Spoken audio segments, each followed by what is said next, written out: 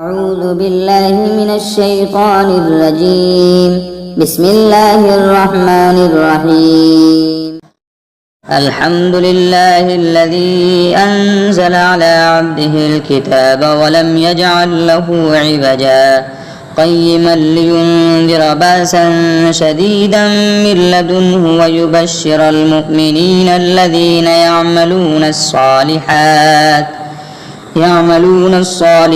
أن لهم أجرا حسنا ماكثين فيه أبدا وينذر الذين قالوا اتخذ الله ولدا ما لهم به من علم ولا لآبائهم كبرت كلمة تخرج من أفواههم إن يقولون إلا كذبا فلعلك باخع نفسك على آثارهم إن لم يؤمنوا بهذا الحديث أسفا إنا جعلنا ما على الأرض زينة لها لنبلوهم أيهم أحسن عملا وإنا لجاعلون ما عليها سعيدا جرزا أم حسبت أن أصحاب الكهف والرقيم كانوا من آياتنا عجبا إذ أوى الفتية إلى الكهف فقالوا ربنا آتنا من لدنك رحمة وهيئ لنا من أمرنا رشدا فضربنا على آذانهم في الكهف سنين عددا ثم بعثناهم لنعلم أي الحزبين يحصى لما لبثوا أمدا نحن نقص عليك نبأهم بالحق إنهم فتية آمنوا بربهم وزدناهم هدى وربطنا على قلوبهم إذ قاموا فقالوا ربنا رب السماوات والأرض لن ندعو من دونه إلها لقد قلنا إذا شططا هؤلاء قوم اتخذوا من دونه آلهة لولا ياتون عليهم بسلطان بين فمن أظلم ممن افترى على الله كذبا وإذ اعتزلتموهم وما يعبدون إلا الله فأووا إلى الكهف ينشر لكم ربكم من رحمة ويهيئ لكم من أمركم مرفقا وترى الشمس إذا طلعت تزاور عن كهفهم ذات اليمين وإذا غربت تقرضهم ذات الشمال وهم في فجوة منه ذلك من آيات الله من يهد الله فهو المهتد ومن يضلل فلن تجد له وليا مرشدا وتحسبهم أيقاظا وهم رقود ونقلبهم ذات اليمين وذات الشمال وكلبهم باسط ذراعيه بالوصيد لو اطلعت عليهم لوليت منهم فرارا ولملئت منهم رعبا وكذلك بعثناهم ليتساءلوا بينهم قال قائل منهم كم لبثتم قالوا لبثنا يوما أو بعض يوم قالوا ربكم أعلم بما لبثتم فابعثوا أحدكم بورقكم هذه إلى المدينة فلينظر أيها أزكى طعاما فليأتكم برزق منه وليتلطف ولا يشعرن بكم أحدا إنهم إن يظهروا عليكم يرجموكم أو يعيدكم في ملتهم ولن تفلحوا إذا أبدا وكذلك عثرنا عليهم ليعلموا أن وعد الله حق وأن الساعة لا ريب فيها إذ يتنازعون بينهم أمرهم فقالوا ابنوا عليهم بنيانا ربهم أعلم بهم قال الذين غلبوا على أمرهم لنتخذن عليهم مسجدا سيقولون ثلاثة رابعهم كلبهم ويقولون خمسة سادسهم كلبهم رجما بالغيب ويقولون سبعة وثامنهم كلبهم قل ربي أعلم بعدتهم ما يعلمهم إلا قليل فلا تمار فيهم إلا مراء ظاهرا ولا تستفت فيهم منهم أحدا ولا تقولن لشيء إني فاعل ذلك غدا إلا أن يشاء الله واذكر ربك إذا نسيت وقل عسى أن يهديني ربي ليقرب من هذا رشدا ولبثوا في كهفهم 300 سنين وازدادوا 9 قل الله أعلم بما لبثوا له غيب السماوات والأرض أبصر به وأسمع ما لهم من دونه من ولي ولا يشرك في حكمه أحدا واتل ما أوحي إليك من كتاب ربك لا مبدل لكلماته ولن تجد من دونه ملتحدا واصبر نفسك مع الذين يدعون ربهم بالغداة والعشي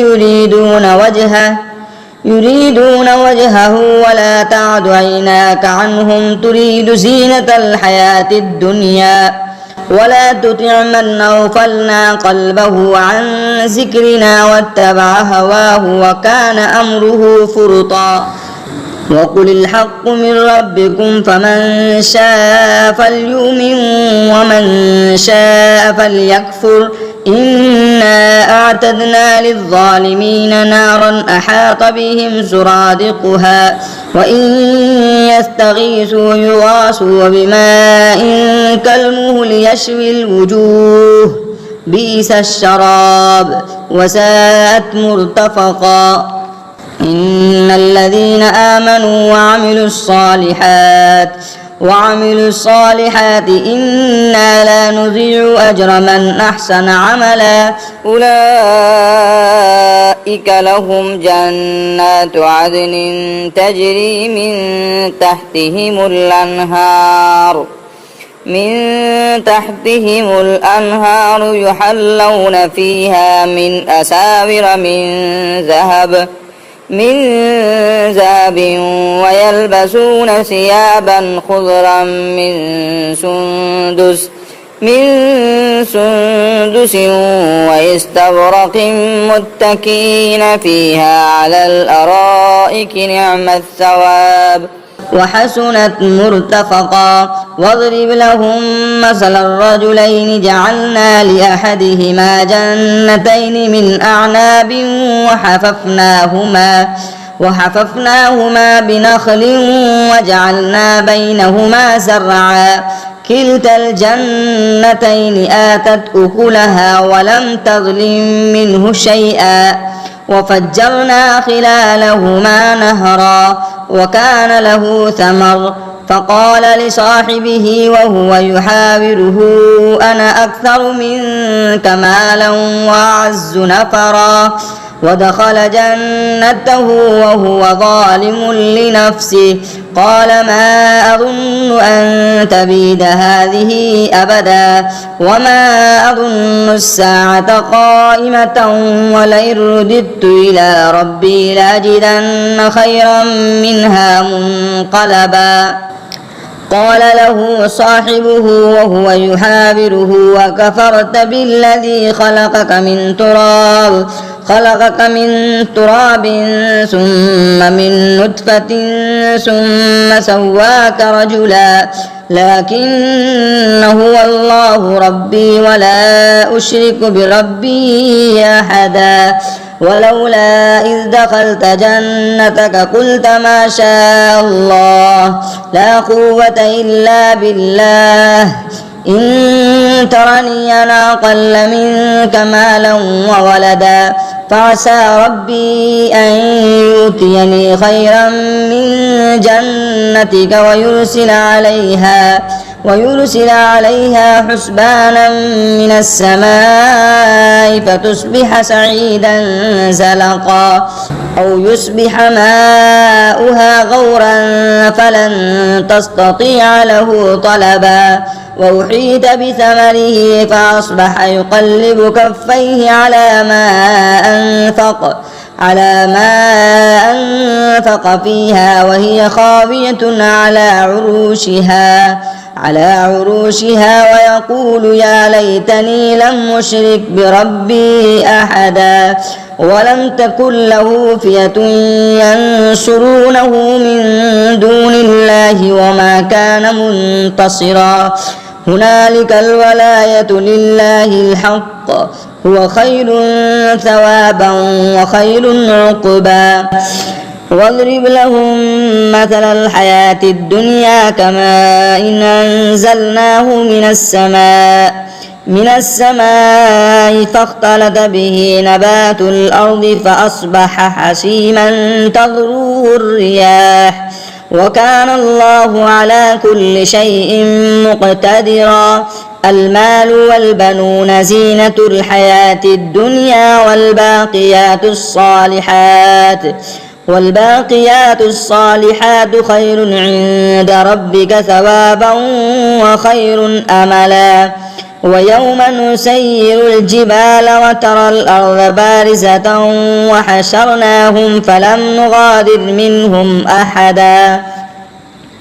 وعرضوا على ربك صفا لقد جئتمونا كما خلقناكم أول مرة بل زعمتم أن لن نجعل لكم موعدا ووضع الكتاب فترى المجرمين مشفقين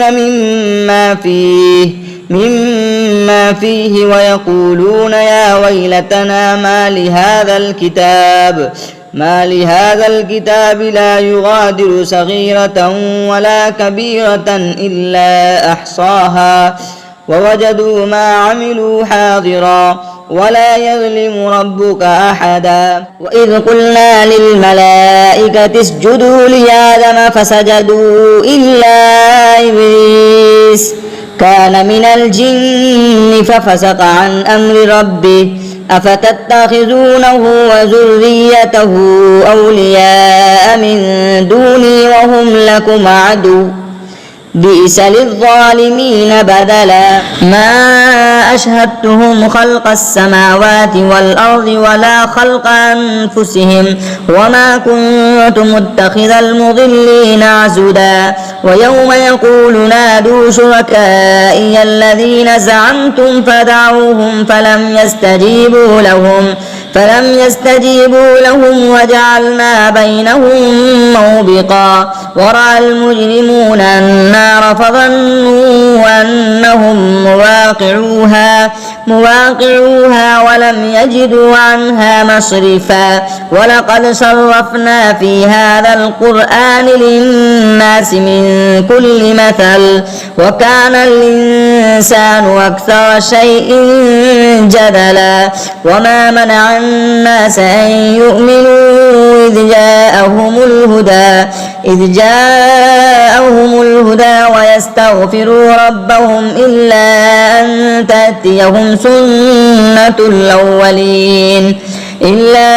أن تأتيهم سنة الأولين أو يأتيهم عذاب قبلا وما نرسل المرسلين إلا مبشرين ومنذرين ويجادل الذين كفروا بالباطل ليدحضوا به الحق واتخذوا آياتي وما أنذروا هزوا ومن أظلم ممن ذكر بآيات ربه فأعرض عنها ونسي ما قدمت يداه إنا جعلنا على قلوبهم أكنة أن يفقهوه وفي آذانهم وقرا وإن تدعوهم إلى الهدى فلن يهتدوا إذا أبدا وربك الغفور ذو الرحمة لو يؤاخذهم بما كسبوا لعجل لهم العذاب بل لهم موعدا لن يجدوا من دونه موئلا وتلك القرى أهلكناهم لما ظلموا وجعلنا لمهلكهم موعدا وإذ قال موسى لفتاه لا أبرح حتى أبلغ مجمع البحرين أو أمضي حقبا فلما بلغا مجمع بينهما نسيا حوتهما فاتخذ سبيله في البحر سربا فلما جاوزا قال لفتاه آتنا غداءنا لقد لقينا من سفرنا هذا نصبا قال أرأيت إذا أوينا إلى الصخرة فإني نسيت الحوت وما أنسانيه إلا الشيطان أن أذكره واتخذ سبيله في البحر عجبا قال ذلك ما كنا نبغي فارتد على آثارهما قصصا فوجدا عبدا من عبادنا آتيناه رحمة من عندنا وعلمناه من لدنا علما قال له موسى هل أتبعك على أن تعلمني مما علمت رشدا قال إنك لن تستطيع معي صبرا وكيف تصبر على ما لم تحط به خبرا قال ستجدني إن شاء الله صابرا ولا أعصي لك أمرا قال فإن اتبعتني فلا تسألني عن شيء حتى أحدث لك منه ذكرا فانطلقا حتى إذا ركبا في السفينة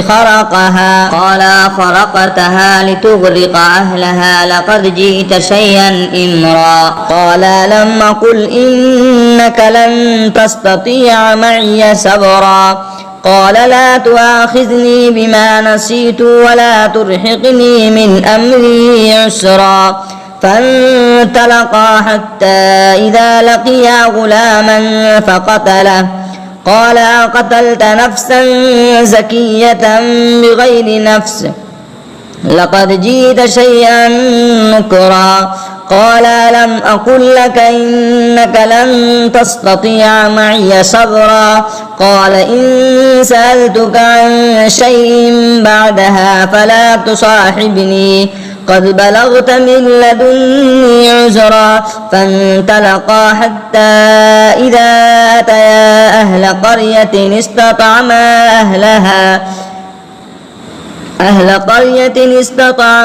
أهلها فأبوا أن يضيفوهما فوجدا فيها جدارا يريد أن ينقض فأقامه قال لو شئت لاتخذت عليه أجرا قال هذا فراق بيني وبينك سأنبئك بتأويل ما لم تستطع عليه صبرا أما السفينة فكانت لمساكين يعملون في البحر فأردت أن أعيبها وكان وراءهم ملك يأخذ كل سفينة غصبا وأما الغلام فكان أبواه مؤمنين فخشينا أن يرهقهما طغيانا وكفرا فأردنا أن يبدلهما ربهما خيرا منه زكاة وأقرب رحما وأما الجدار فكان لغلامين يتيمين في المدينة وكان تحته كنز لهما وكان أبوهما صالحا فأراد ربك أن يبلغا أشدهما ويستخرجا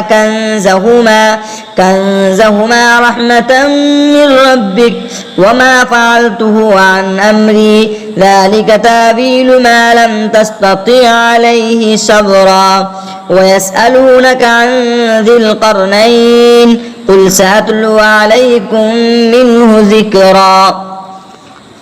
إنا مكنا له في الأرض وآتيناه من كل شيء سببا فأتبع سببا حتى إذا بلغ مغرب الشمس وجدها تغرب في عين همية وجد عندها قوما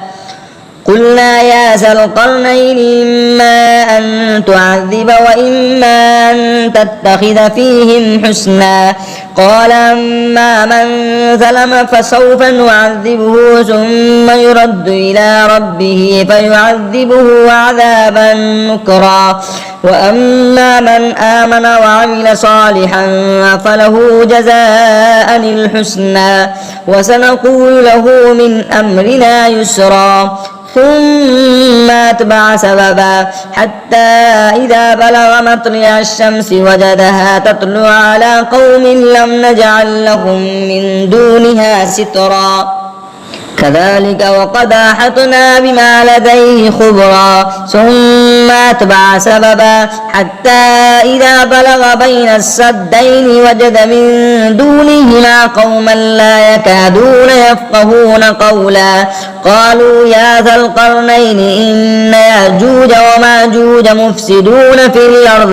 مفسدون في الأرض فهل نجعل لك خرجا على أن تجعل بيننا وبينهم سدا قال ما مكني فيه ربي خير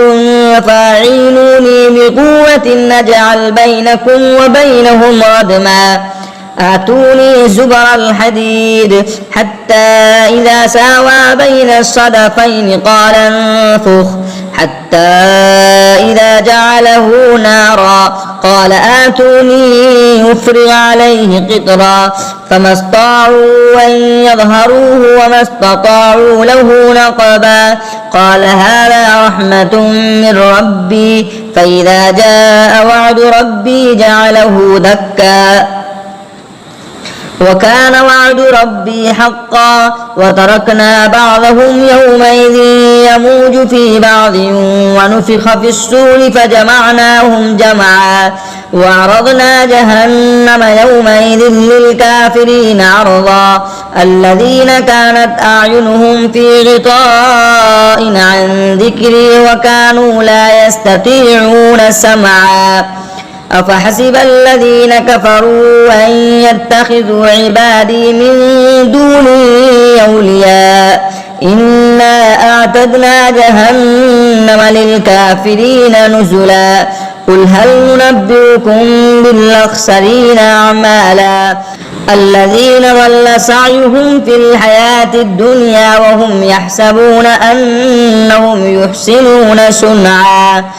أولئك الذين كفروا بآيات ربهم ولقائه